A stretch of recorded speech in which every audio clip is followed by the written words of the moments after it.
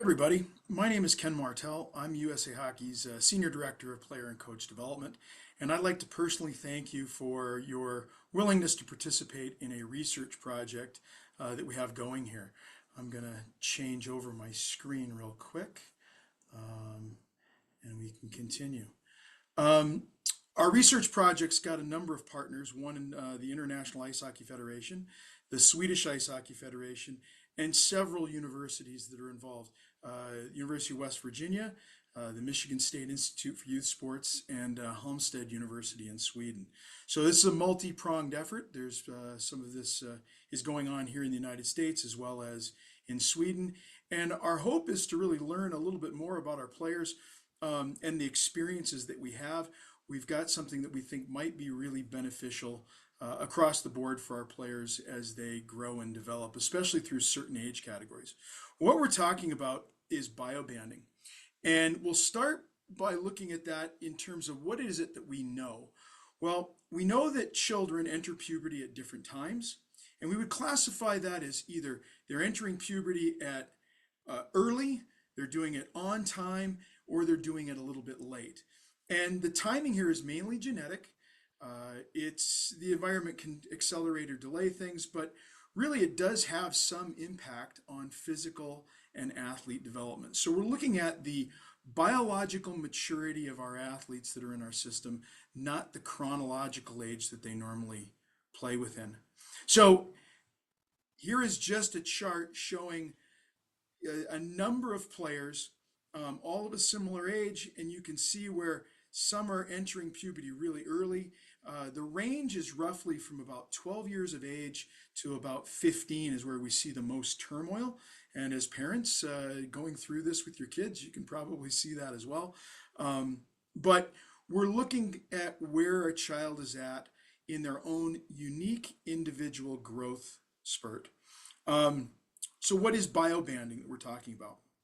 Well, it's a process of matching our athletes by attributes associated with growth and maturity, not hockey playing abilities. And it has some application on the player's psychology, some training design, how we might change things as coaches, and also the competition and the competition environment that we create. Why should we bioband? Well, uh, what we're trying to do is limit the associated differences in their size and athleticism that are just based on normal human growth patterns. It gives our players new challenges and different learning opportunities for those early and late developers. And what it does is it gives the players a little bit better understanding of their strengths and weaknesses. Some players are a little farther behind, like we said, they may be a little bit late in that development process compared to their peers. And so they may have some challenges. But when things shake out in the wash later on, after everyone goes through puberty, everything evens out, those weaknesses might end up being strengths. Conversely, those players that are early physical matures have some advantages, and sometimes they can't see what those advantages really are.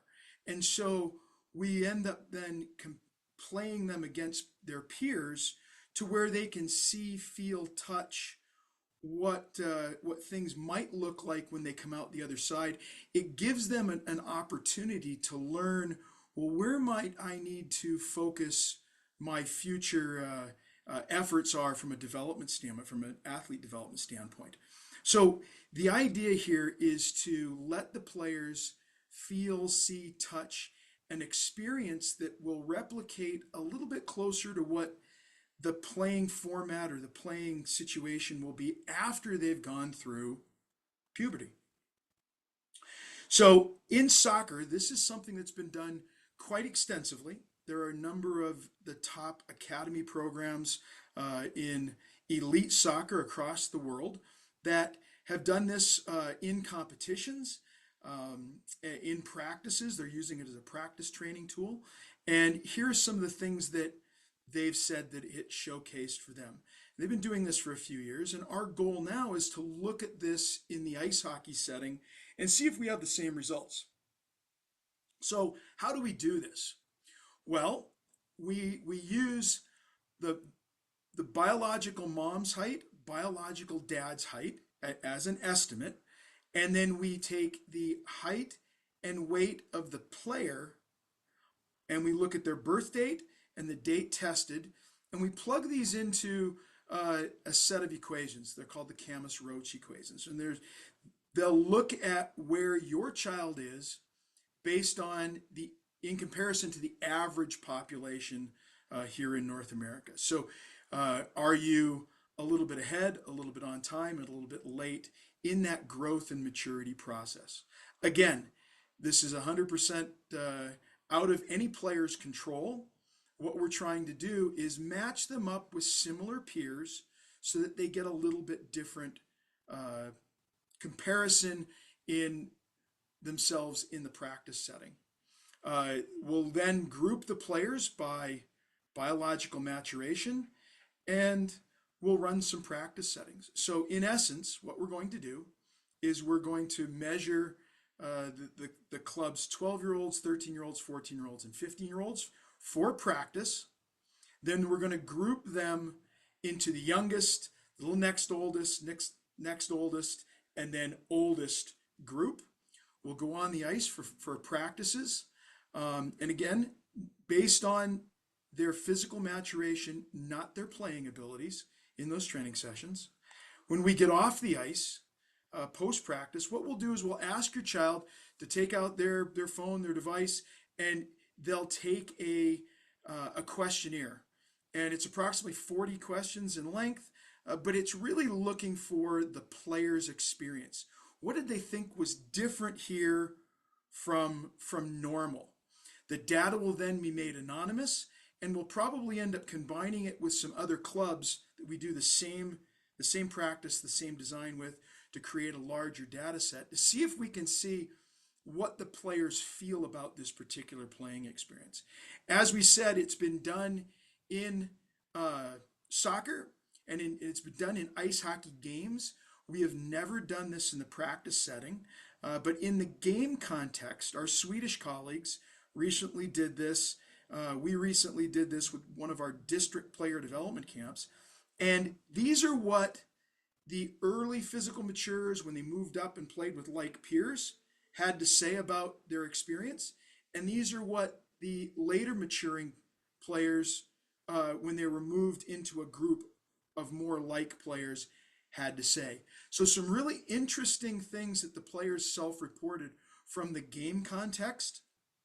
And we know giving the players this type of information, again, where they can see it, feel it, touch it, is really important for their own growth and development long term. The goal is to provide them with the right information so that over time they can make changes that allow them to continue on to being a very good player. You're all in top clubs, or in a top club here, and we want you to stay on that path. That's our goal from USA Hockey. So, questions.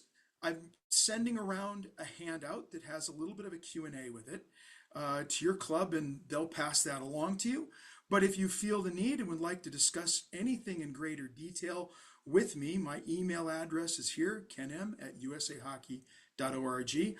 I'll be in attendance at the event to help answer questions, deliver any information from a research side of things. We're really excited about this. We've picked your organization as one that we think would be able to do a really good job for us and help guide some questions that we have as an organization on how we might use the biobanding concept like it's been done in soccer in the practice setting to help our players improve. So once again, I thank you for your time. If you have questions, feel free to reach out. We're really looking forward to this. Thank you.